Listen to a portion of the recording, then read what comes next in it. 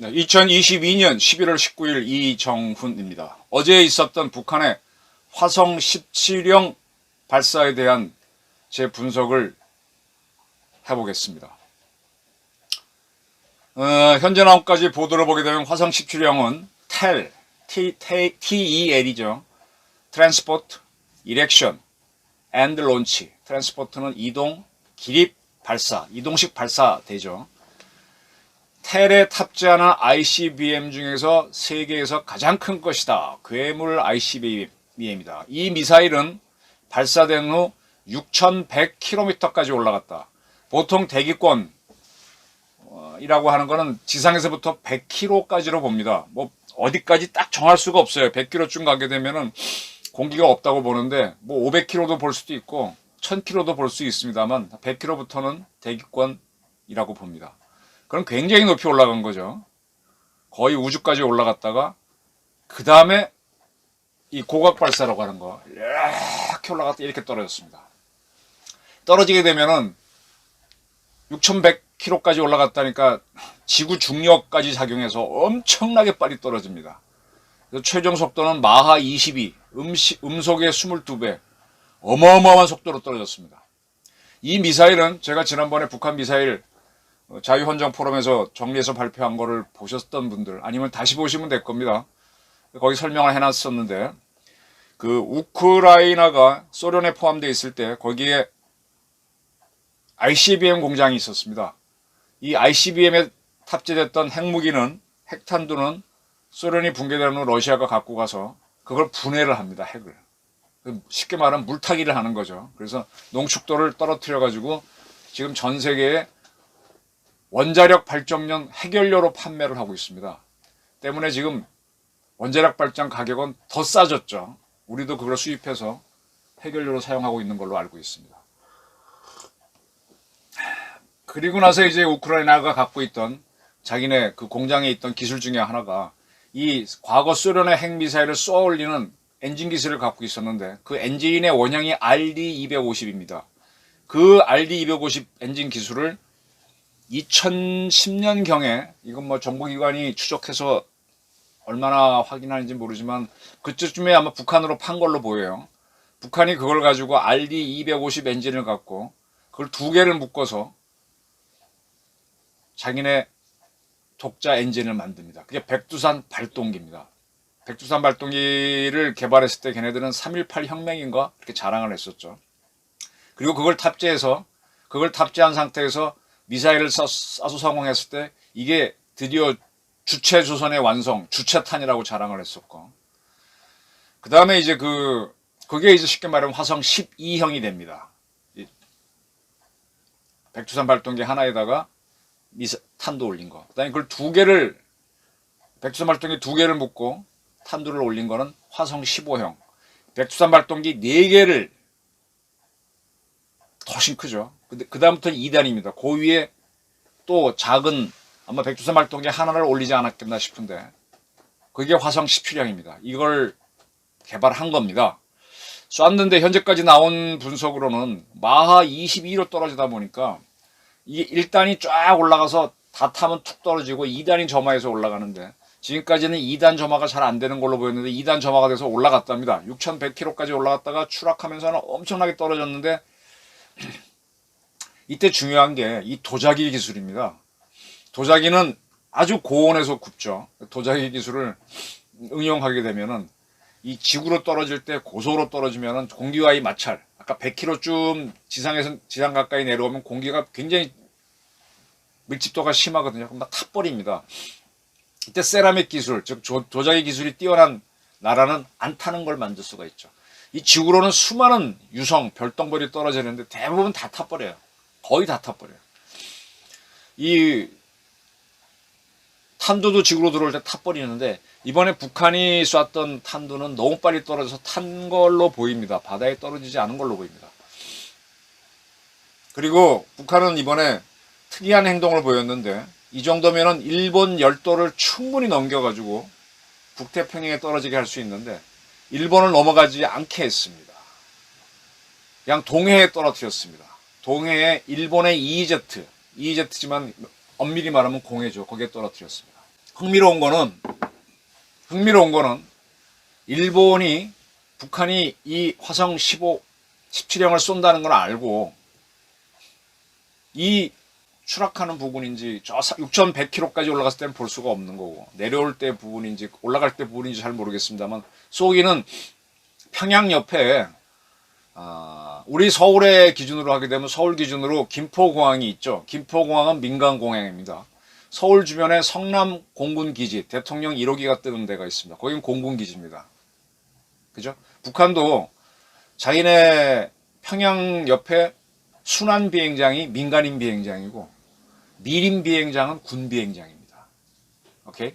근데 얘네들은 우리는 군사시설은 다 성남 기지에서 하는데 얘네들은 민간 비행장인 순환에서 미사일을 쏩니다. 만약에 한미가 우리 방해하려고 때리려면 때려봐. 민간인 때리는 게 되니까 너희 욕먹을 거야. 그런 걸 깔고 하는 거죠. 거기서 쐈습니다. 그러면은 거기서부터 한 200km 나와야 동해안 원산 쪽이니까 일본 항공자위대 F-15가 그까지 접근할 수는 없죠. 그러니까 결국은 떨어질 때 저 우주에서 타기 전에 걸 장거리 망원경으로 찍었다는 건데 동영상으로 찍어냈습니다. 그럼 미국은 물론 미국이 정보를 준 거지. 일본도 이게 어떻게 쏴서 어디로 떨어질지 알고 지켜봤다는 것. 동영상을 찍었다는 것. 이걸 유의하셔야 되고. 역시 우리 쪽에서도 다 알고 지켜봤던 것으로 보입니다.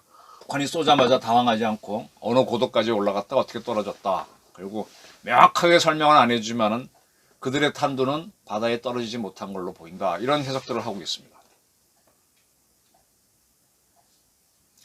그리고 한미 공군이 무슨 연습을 했는가 하면 한국군의 F-35A가 GBU-12 상당히 관통탄이죠. 관통탄이라고 하는 건요, 떨어뜨리면 쭉 떨어집니다. 그럼 땅에 탁 부닥치면 터지잖아요. 터지면 폭발해야 되는데 이게 두 번 터집니다. 한 번 터지면 땅을 뚫고 들어가고 쭉 들어간 다음에 다시 한번 진짜가 터집니다.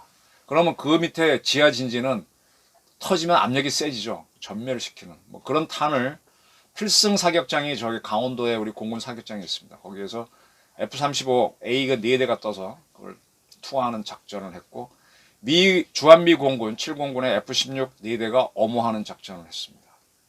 상당히 비싼 폭탄을 떨어뜨리는 연습을 했고 그 폭탄은 정확하게 이렇게 미사일 같은 경우 여기 조그만 귀날개가 있잖아요. 그 떨어지면서 폭탄도 까딱까딱 조정하면 자기가 원하는 대로 가서 통 맞춰버립니다.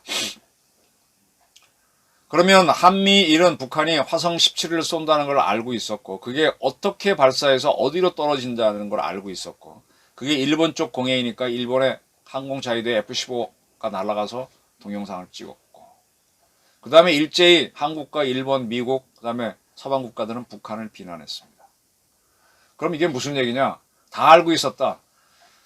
순환 비행장에 우리 F-35A가 물론 해봐야 되겠지만은 스텔스 기능을 뱃속에 그러니까 내부 무장창에 GBU-12 두 발을 딱 탑재할 수 있죠. 그리고 4대가 쭉 들어가면 전방에서는 이게 쭉 들어갈 때 북한 레이더는 잘 안 잡힙니다. 이게 통과되면은 뒤쪽에서는 엔진열이 나오니까 잡기는 상대적으로 쉬운데 보통 미사일은 레이더는 전방을 보지 후방을 잘 안 보거든요. 들어가서 투하하고 그 다음에 빠져나올 때는 북한 레이더에 걸릴 수가 있죠. 그때는 뭐 초정공을 해서 서해로 돌아서 쫙 빠져나오거나 아니면 여기서 이제 F-16, F-15K가 왕 들어가서 공격하는 척으로 들어가면 얘네들이 하는 사이에 빠져나오는 거죠. 그런 거를 연습한 걸로 보입니다. 그럼 한미일은 다 알고 있었는데 북한을 때리지 않았다. 그리고 북한이 쏘니까 GBU 폭탄을 투하하는 실험을 했다. 이거죠. 우리 NSC를 열고 그랬긴 했지만 그런 겁니다.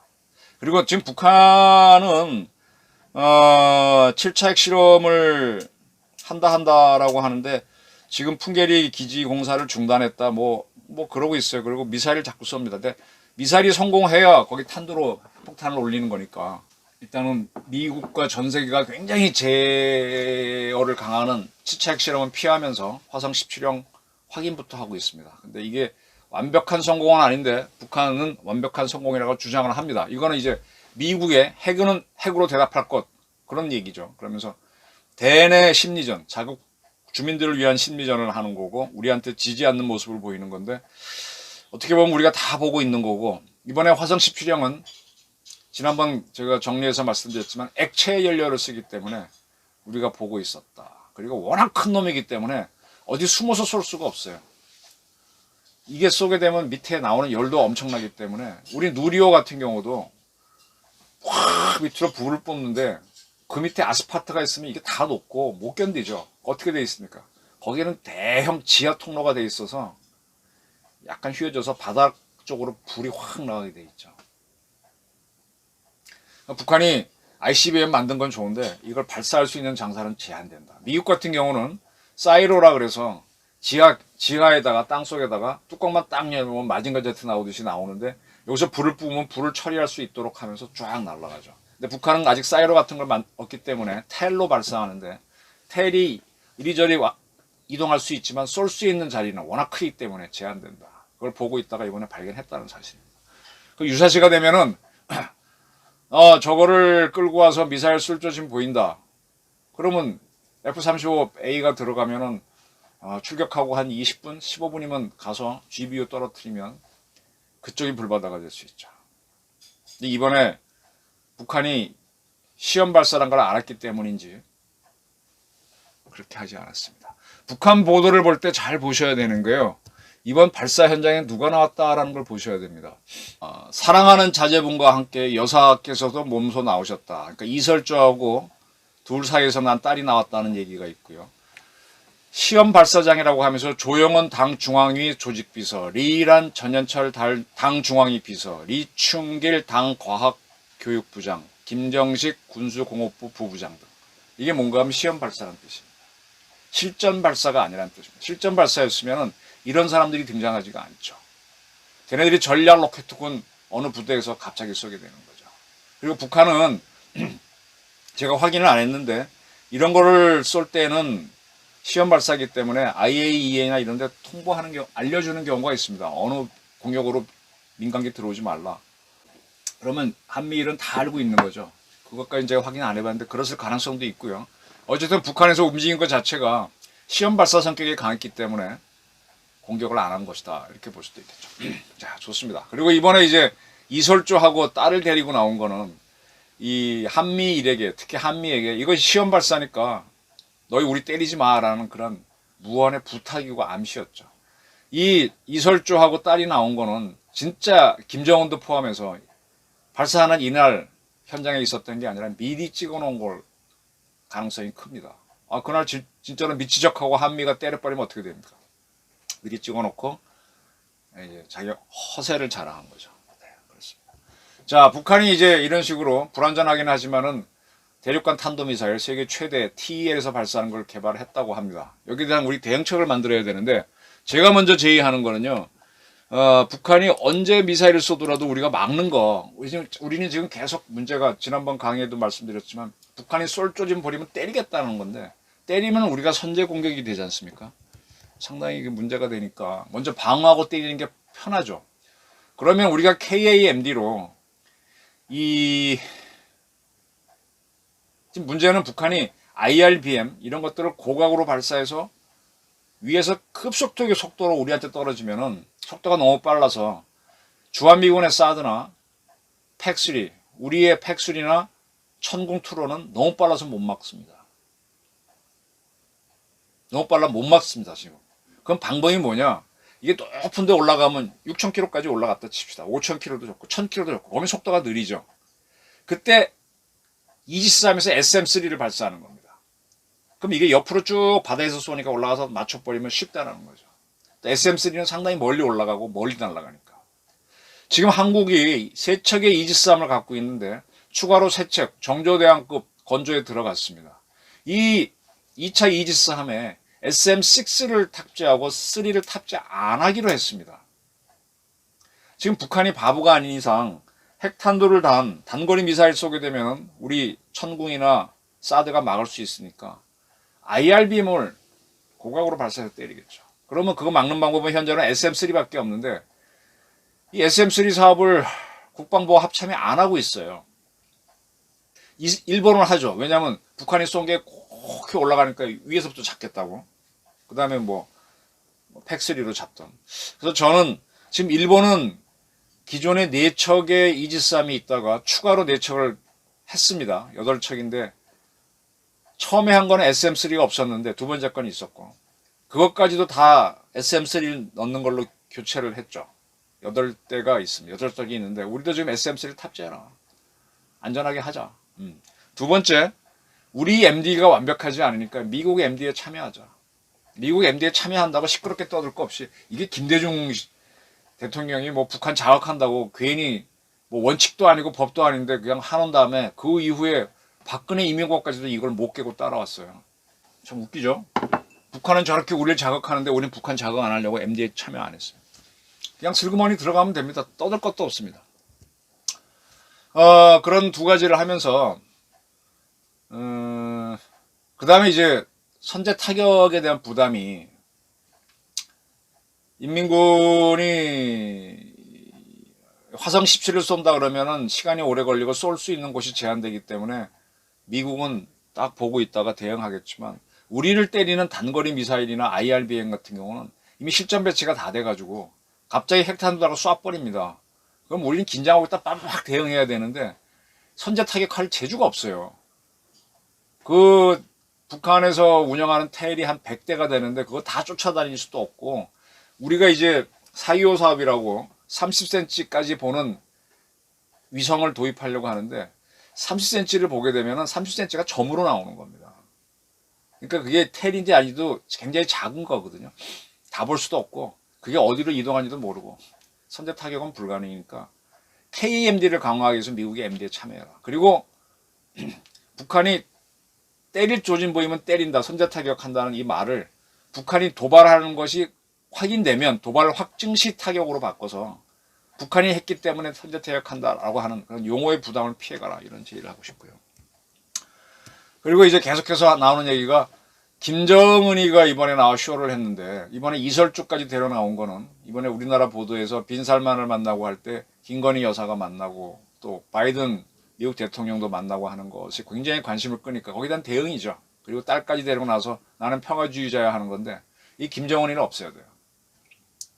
F-35A로 하든 뭐 글로벌 호크로 하든 프레데터로 하든 특수작전 부대가 들어가게 되면 위험 부담이 크니까 닌자 미사일로 제거해버려야 돼요. 이런 것들을 지금 국정원이 정상화되든지 특작부대가 하든지 해야 됩니다. 어떻게 보면 지금 김정은이가 소극적으로 저항을 했는데 아예 길을 꺾어버려야 돼요. 지금 아까 제가 불러드린 북한의 군수공업부장 이런 자들이요. 그 다음에 이제 제2공화국 같은 데가 이제 우리로 하면 ADD인데 그 소장들을 제거를 해야죠. 암살작전을 해버려야죠. 저는 윤석열 대통령이 오늘 황명태 옛날 그 주중대사 인터뷰를 동아일보, 조선일보 송인달 기자가 했던데 그 황명태 선생이 상당히 천재인데 윤 대통령이 굉장히 뚝심이 있다 이렇게 평가한 걸 봤어요. 보면 윤 대통령이 의지를 갖고 그래 저놈 한번 잡아넣어야지 검사적 성격으로 고 하게 되면 수사관들이 뛰지 않습니까? 마찬가지로 우리 군부한테 지시를 줘서 SM3 탑재하는 식으로 이지스함 돌리쇼 라고 하고 외교부나 국방부에는 미국 MD에 조용히 참여하는 쪽으로 하고 일본하고 지소미아 더 확대하는 쪽으로 가고 이건 돈 드는 거 아니에요. SM3 탑재하면 약간 돈 들겠죠. 그 다음에 우리 참수작전 부대 국정원이 고용할 수 있는 에이전트 통해서 김정은 암살 작전 같은 거 또 무인기 동원한 작전 같은 걸 하시오. 이렇게 해서 제거해버려야죠. 거기에는 이설주도 포함시켜야 됩니다. 이런 것들을 해야 된다. 지금 김정은이는 소극적으로 대항하고 있고 북한의 이 핵개발, 미사일 개발하는 자들에 대해서 제거 작업에 들어가야 된다. 그런 거죠. 악인은 지옥으로. 이게 오늘의 주제였습니다. 영창해 주셔서 감사합니다.